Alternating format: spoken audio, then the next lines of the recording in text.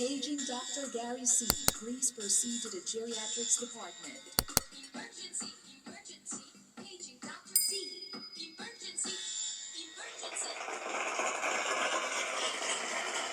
Hello, hello, hello, hello, hello. Kumusta na po kayo? At pag-uusapan natin ngayon, medyo nakita nyo na to sa resulta ng X-ray kadalasan o kaya sa ECG. At maraming nagdadala ng kanilang mga resulta. At Dok, delikado ba ito? Ito po yung tinatawag na atheromatous aorta. Ano ba yan? Nakakatakot naman pakinggan, di ba? Atheromatous aorta. Ano ba yan? Ito po yan. Ang atheromatous aorta, parang sinasabi lang na yung pinakamalaking ugat natin na tinatawag na aorta, yung nakakonekta yan sa, sa puso. Medyo nagkaroon yata ng mga plake o mga deposito ng mga taba.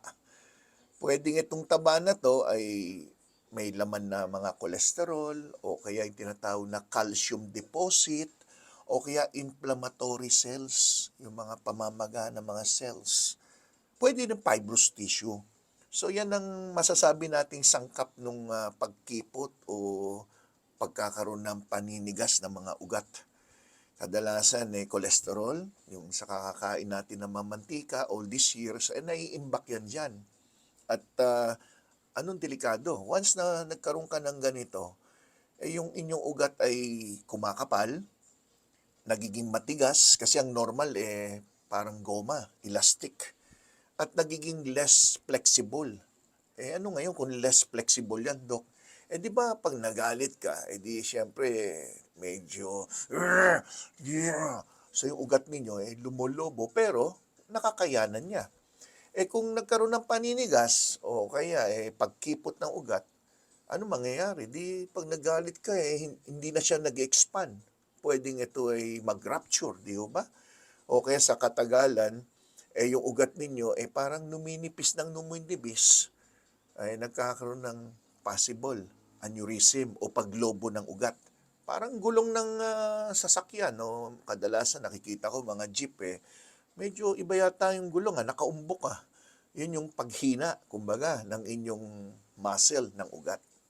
Ngayon, ano mga sinasabi, no? Pag meron kayong atheromatous aorta, nakita halimbawa sa x-ray, kadalasan naman oobserbahan lang naman yan. Nothing to worry naman, sasabihin ng doktor. Basta mag-ingat lang sa mga kinakain, bantayan mo yung blood pressure, mga ganyan.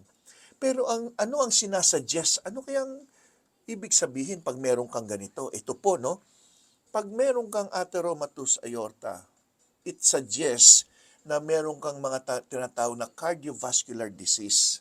It could be generalized, hindi lang doon sa aorta, pwedeng sa ugat sa binte, pwedeng ugat sa puso, ugat sa may utak, pwede po yun mangyari. So, ang taas ng chance na magkaroon ka ng heart attack, stroke, peripheral artery disease, ayan yung mga naglalakad kadalasan, konting lakad, masakit ang binte, at malaking chance magkaroon ng aortic aneurysm in some cases.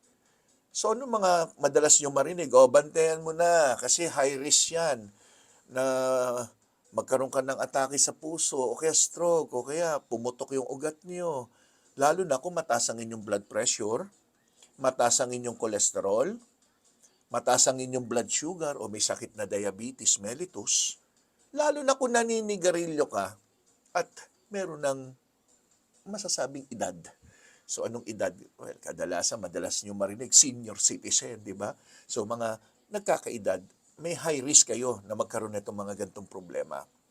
So, what does atheromatous aorta means? Simple explanation, paninigas at pagkipot ng inyong ugat na tinatawag na artery. At yung aorta mismo na tinutukoy dito, tulad na nakikita nyo dyan sa illustration, mayroong mga nakadeposito dyan, mga taba-taba, yung mga dilaw-dilaw na yan. So, pwede kasama na yung cholesterol deposit na tinatawag. Kadalasan, nagkataon lang nakita to sa mga imaging study tulad ng chest x-ray pangkaraniwan, ECG, CT scan, o kaya ultrasound. or during surgery, nakita na lang. Okay. So what are the common risk factors? Ito na po yung mga dapat nyong bantayan, ha? O listen, children, listen. Number one, increasing age. So medyo ingat na pag nagkakaedad. Number two, yung mga high blood pressure. Number three, pag may diabetes kayo, make sure makontrol ang inyong blood sugar. Hindi lang ng gamot, palagi ko sinasabi, hindi lang gamot ang magkokontrol ng blood sugar at saka ng blood pressure, pati cholesterol. Ang magkokontrol dyan, yung inyong lifestyle, yung inyong eating habits, yung inyong pang-araw-araw na ginagawa, yung kakulangan ng exercise. Pag nag-exercise kayo, mas gumaganda ang daloy ng dugo nyo, mas nagiging matibay ang mga ugat ninyo. Yung inyong paninigarilyo, yung pagiging overweight, at kung mataas ang family history nyo ng heart disease, kayo ang dapat lalong mag-ingat, dobleng ingat. The more risk factors na meron kayo doon sa mga nabanggit ko, the higher the risk of heart attack, stroke, and cardiovascular diseases o mga sakit sa puso. So ang tanong, Doc, meron akong hypertension, meron akong diabetes, pagkatapos lumabas doon sa aking chest x-ray, pinapacheck ko lang yung baga ko dahil inuubo ko, pero nakalagay doon sa resulta, meron akong atherosclerosis aorta. So anong gagawin ko? How can I manage itong problema na ito? Ganito pong gagawin natin. So kung nabanggit ko kanina yung mga posibleng dahilan, di alam nyo na po kung anong dapat nyong gawin. Focus on reducing yung chance nyo na magkaroon ng mga cardiovascular risk. Number one, stop smoking. Kasama na po yung vape. Akala ng iba, pag vape, mas less daw ang evil. Hindi totoo yun. Mas masama nga kung tutusin nyo, di ba? Number two, control your blood pressure. Pag sinabing control your blood pressure, sinasama ko na dyan yung pag-uugali, huwag yung konting bagay, mainit ang ulo, konting bagay nakasigaw agad dyan. Pag-control ng blood pressure, kailangan makontrol din yung inyong cholesterol. Usually, binibigyan kayo ng mga gamot sa cholesterol, yung mga statins, because unang-una, ibinababa nitong cholesterol, nababawasan ang risk ninyo na magkaroon ng atherosclerosis aorta na kukontrol din ang blood pressure nyo. Number 4, manage nyo po yung inyong diabetes. Very important. Regular exercise, healthy diet, na focus more on fruits and vegetable, chicken, fish, pwede, no? Yung mga mayaman sa omega-3, mas maganda po yun. Weight management. And number 8, pwede magbigay ng mga antiplatelet therapy. Yung kadalasan, narinig nyo aspirin, clopidogrel, at iba pa. But selected patients lang ang binibigyan, depende sa advice ng inyong doktor. Hindi naman lahat na may atherosclerosis aorta, bibigyan mo kagad ng mga gamot na ganyan. So, depende kung may mga risk factor, dapat ma-assess mo na kayo at ma-check kung ano talaga mga nararapat sa inyo. Ang pinaka-goal ng mga doktor sa mga pasyente may atherosclerosis aorta, number 1, kailangan wag na natin palalain pa. Sana dahan-dahan lang. Wag naman mabilisan na magbara agad sa inyong mga ugat. Number 2, iwasan natin ang mga complications. And number 3, protect natin ang ating puso at ang ating mga ugat o blood vessels. Reminder, this is very important. Dito sa Gabay sa Kalusugan, sabi nung iba, Dok, ang haba naman ng mga lecture mo, ang haba ng paliwanag mo. Minsan nga, pinapaulit-ulit ko. Bakit? Yung pasyente kasi matigas ang ulo, kaya paulit-ulit din ang paalala natin. Kung nahabaan kayo sa lecture, pasensya na po. Pero bibigyan ko pa kayo ng reminder. Paulit-ulit, ano yung reminder? Atherosclerosis aorta is already a sign of vascular disease.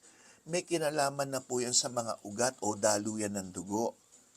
So tandaan nyo kumbaga mayroon ka ng senyales na nakita na sa x-ray o ultrasound o kaya sa may ECG nyo.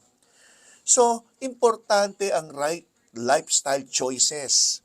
Importante ang immediate or medical care para ma-assess na yung mga risk ninyo at mabigyan na ng protection yung heart nyo at blood vessels. Huwag nating intayin na lumala. So ano yung mga basic na kailangan gawin? Ito na yung reminder. Don't smoke, Number one, very important, kung nagsigarilyo, tigil. Huwag nyo sabihin na hindi nyo kaya. Dahil marami ang pasyente nung nagka-heart attack na at saka na-stroke, natigil nila yung sigarilyo agad. Number two, keep your blood pressure under control. I-aim nyo yung target na binigay sa inyo ng inyong doktor, base rin sa edad nyo. Number three, lower your cholesterol, lalo na kung mataas ang inyong bad cholesterol. Huwag niyo sabihin, ayaw niyo uminom ng gamot pampababa ng cholesterol, magda-diet na lang ako. Binigay yung gamot, may reason. Number 4, manage your sugar. Make sure palagi kayo nagpapacheck ng FBS, pati yung HbA1c. Importante yon para malaman natin, ma-monitor kung kontrolado ang inyong blood sugar para maiwasan ng complications na isa doon ay magkaroon ng problema sa inyong mga ugat. Kaya maraming diabetic, nangingitim ang binte because of peripheral artery disease. Okay. Number 5, stay active. Hindi naman kailangan ng takbo. Para sa akin, lakad lang 30 minutes to 1 hour. Kung kaya nyo, dahan-dahan lang, okay na yon. Number 6, eat a healthy diet. Vegetable, whole grains, less salt, less sugar, less fat. Importante. Then, next is maintain an ideal body weight. Kung wag naman biglaan, di naman kailangan pumayat bigla. Dahan-dahan lang, gradual. 2 pounds, 3 pounds a month lang, ayos na po yun. Then follow your doctor's advice. Take your medicine regularly. Hindi pwedeng every other day ang pinayong maintenance na daily. At mag-regular check-up po sa inyong mga doktor. Basahin nyo po yung sa lalim. Take care today for a healthier heart tomorrow. Take good care of your heart. It's the only one that you have. If you lose your heart, we lose you. So, your heart, your health, your life. Life is a choice, so bahala na kayo. Basta, huwag niyo sabihin, wala kasi nagpapaliwanag. Dito mahaba na nga paliwanag, nagtsatsaga ako. Ang problema, susunod ba kayo? Bahala na kayo sa buhay niyo.